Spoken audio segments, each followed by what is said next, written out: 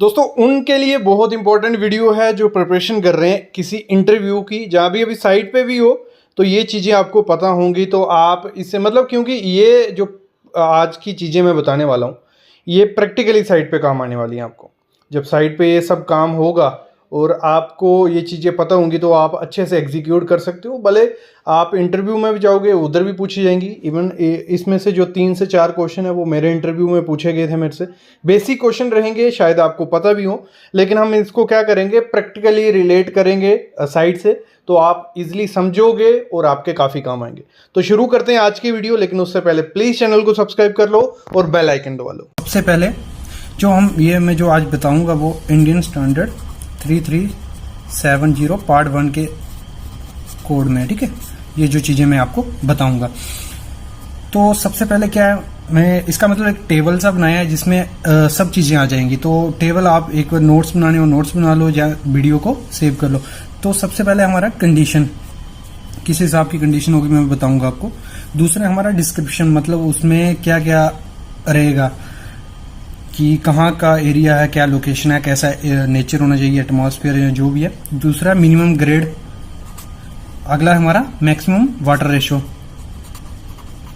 मतलब मैक्सिमम है, ठीक है। बाकी मिनिमम सीमेंट, हमारा मिनिमम कितना होना चाहिए उस ग्रेड में, उस मिक्स डिजाइन में। अगला हमारा मिनिमम कवर। ये 3 चीजें मिनिमम है, मतलब इसमें आप ज्यादा ले सकते हो एज पर डिजाइन। मतलब अगर डिजाइन आपको चेंज होता है या लोकेशन या जोन के हिसाब से चेंज हो सकता है, लेकिन जो वो है वाटर रेशो वो मैक्सिमम रहेगी, मतलब इससे कम कर सकते हो, ज्यादा नहीं। तो सबसे पहले स्टार्ट करते हैं। हमारी अगर कंडीशन माइल्ड है, मतलब नॉर्मल कंडीशन है, कुछ ज्यादा इतना एटमॉस्फेयर इफेक्टिव नहीं है, तो plane concrete description protected from rain.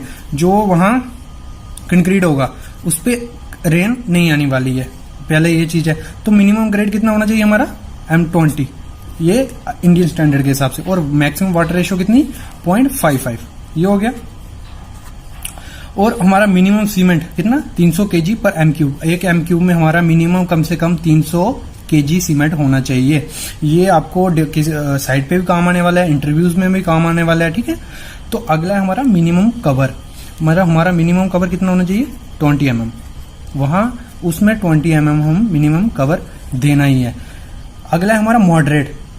तो उसकी डिस्क्रिप्शन क्या है, सब्जेक्टेड टू नॉर्मल रेनफॉल, मतलब थोड़ी बहुत रेनफॉल में वो प्लेस रहेगी, एक चीज है।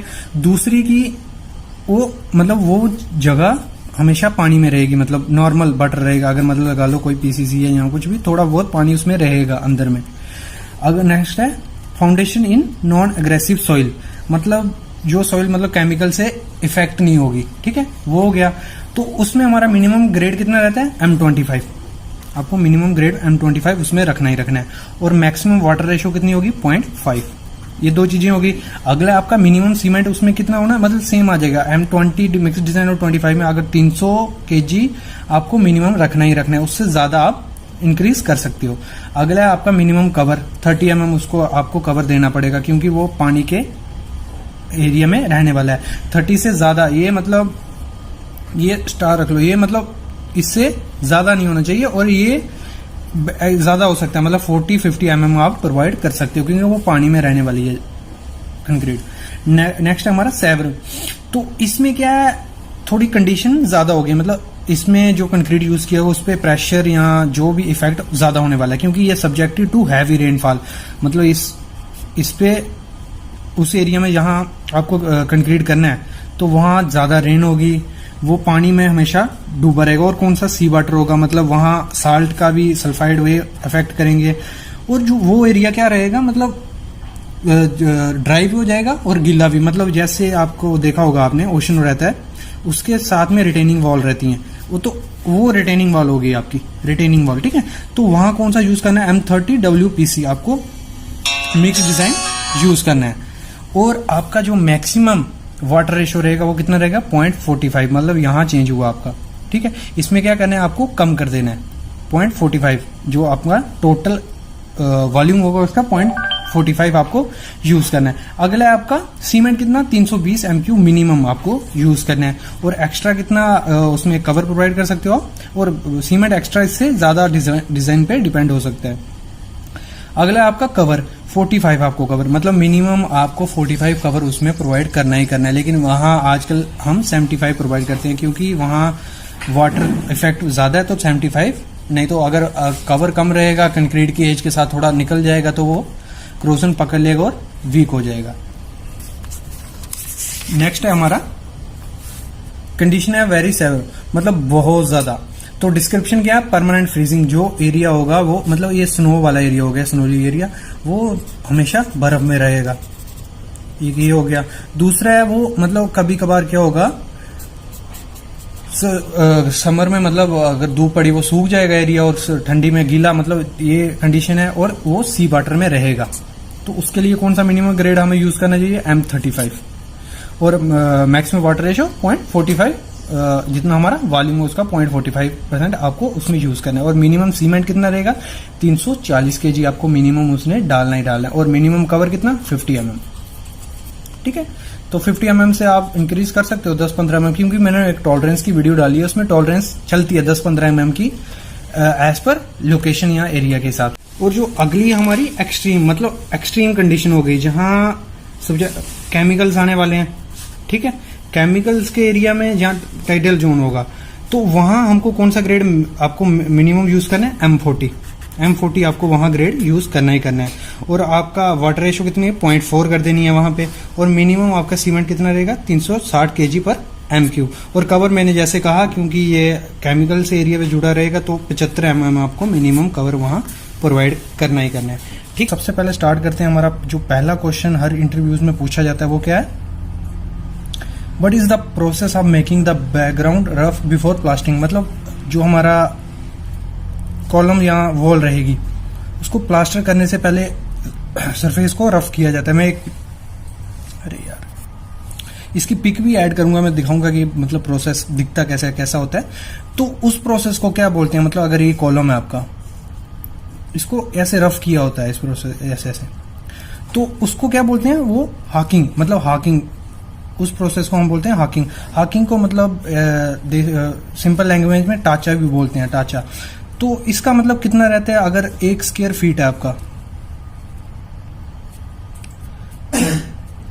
उसमें मिनिमम हमारे 28 से 30 हाकिंग किया होता है। मतलब अगर ये आपकी वॉल है, तो इतने से एरिया में आपको मिनिमम 28 से 30 नग मतलब होने ही चाहिए उसमें, तो वो स्टैंडर्ड कहलाएगा। ठीक है, दूसरा क्वेश्चन जो पूछा जाता है वो क्वेश्चन है, what is the concrete slump recommended for beam and slab. मतलब बीम और स्लैब के लिए स्लम्प, हमारा जो स्लम्प टेस्ट रहता है कंक्रीट का, वो कितना होना चाहिए, मिनिमम 30 से 125 mm।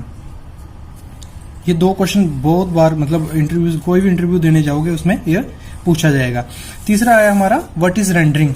रेंडरिंग क्या होता है, मतलब ये क्वेश्चन अभी हालांकि LNT वगैरह और एफकॉन में भी पूछा जाता है। अभी जो उनके question paper, interview question paper निकले हुए थे, उसमें भी ये क्वेश्चन पूछा गया था।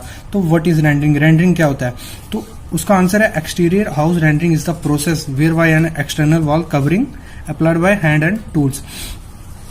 मतलब ये रेंडरिंग एक प्रोसेस प्लास्टर की तरह ही है, दोनों में ज्यादा डिफरेंस नहीं है। अगर अंदर की तरफ वॉल के, मतलब इंटीरियर में आप करोगे तो उसे हम प्लास्टर बोलते हैं। और बाहर की, जो बाहर की तरफ सरफेस को स्मूथ या रफ सरफेस होती है, उसको स्मूथ बनाने के लिए हम जो प्रोसेस करते हैं उसे हम रेंडरिंग बोलते हैं। ये जहाँ हाथ से भी, जहाँ किसी टूल से भी हम ये प्रोसेस कर सकते हैं, उसे हम रेंडरिंग बोलते हैं। चौथा क्वेश्चन है हमारा, व्हाट इज कॉपिंग। कॉपिंग क्या होती है, तो कॉपिंग क्या है, कॉपिंग कंसिस्ट ऑफ कैपिंग और कवरिंग ऑफ द वॉल। मतलब आपकी वॉल है, एक ब्रिक मैसनरी वॉल है या ब्लॉक मैसनरी वॉल है, जो एक्सपोज्ड होगी, मतलब बाहर की तरफ होगी, यहाँ रेनिंग या कुछ भी होगा, उसके ऊपर हम एक कंक्रीट का लेयर करवा देते हैं, उसे हम कॉपिंग बोलते हैं। कॉपिंग काफी टाइप की होती है, अगर वॉल देखी होगी आपने, मतलब उसके ऊपर ऐसे बनाया होगा, इसे भी हम कॉपिंग बोलते हैं। तो उस दूसरी भाषा में कैसे, in other words A covering of concrete placed on the exposed top of external wall. मतलब जो भी एक्सपोज्ड एरिया होगा उसके ऊपर कंक्रीट का कुछ भी वर्क किया होगा। मतलब कॉपिंग की ज्यादा रहती है 100 mm to 200 mm। ठीक है, इसकी थिकनेस इतनी ही रहती है और एक कई टाइप की होती है। 4 क्वेश्चन हो गए। और जो मेनली हर इंटरव्यू में क्वेश्चन पूछा जाता है वो है what is M20 grade concrete, मतलब M20 कंक्रीट ग्रेड है क्या। आप हालांकि सबको पता होगा कि हमारे कौन कौन से मिक्स रेशियो ग्रेड रहते हैं, M7.5, 10, 15, 20, 30 जो भी। तो उसमें M20 ग्रेड है क्या है, मतलब इसको अगर आपको बताना हो तो कैसे बताओगे। तो it is the compressive strength of concrete after 28 days in newton mm²। मतलब जो ग्रेड M20 है, जो 28 दिन के बाद उसकी स्ट्रेंथ है वो स्टैंड करती है M20 का, ठीक है। तो M किसके लिए स्टैंड करता है, जो हमारा मिक्स डिजाइन रहता है M, और 20 स्टैंड किसके लिए करता है, कंप्रेसिव स्ट्रेंथ है हमारी। तो पता चल गया M20 क्या है। तो मतलब M20 स्ट्रेंथ उसकी कितनी है, 20 न्यूटन पर mm²। ये आपका M20 का आ गया। और अगला क्वेश्चन जो इंटरव्यूज में पूछा जाता है वो क्या है, but is honeycomb in construction, मतलब जो हनीकॉम्ब आता है वॉल्स में या कॉलम में वो क्या है। तो honeycomb can be simply be defined as rough pitted surface और void in concrete resulting from incomplete filling of concrete against the form work. तो क्या रहता है कि मतलब अगर जब आप कंक्रीटिंग कास्टिंग कर रहे हो किसी की, तो प्रॉपर वे से आप कंक्रीट नहीं डालोगे तो वहां हनीकॉम्ब होने के चांसेस ज्यादा होते हैं। या तो आप वाइब्रेटर नहीं करोगे तब भी हनीकॉम्ब आने के काफी चांसेस होते हैं। इस पे मैंने एक वीडियो पहले डाली, आप देख सकते हो, ठीक है। और जो लास्ट क्वेश्चन है हमारा आज की वीडियो का, मतलब जो बहुत ही ज्यादा मतलब पूछा जाता है, least count of levelling staff is, मतलब जो लीस्ट का अपना हमारा लेवल स्टाफ रहता है उसका लीस्ट काउंट कितना रहता है, वो रहता है हमारा 5 mm। मतलब 5 mm और छोटी उससे वैल्यू हम नहीं ले सकते। और जो उसकी मैक्सिमम हाइट होती है हमारी लेवलिंग स्टाफ की, एल्युमिनियम लेवलिंग स्टाफ, उसकी कितनी होती है, मैक्सिमम 4 मीटर हाइट उसकी होती है, ठीक है।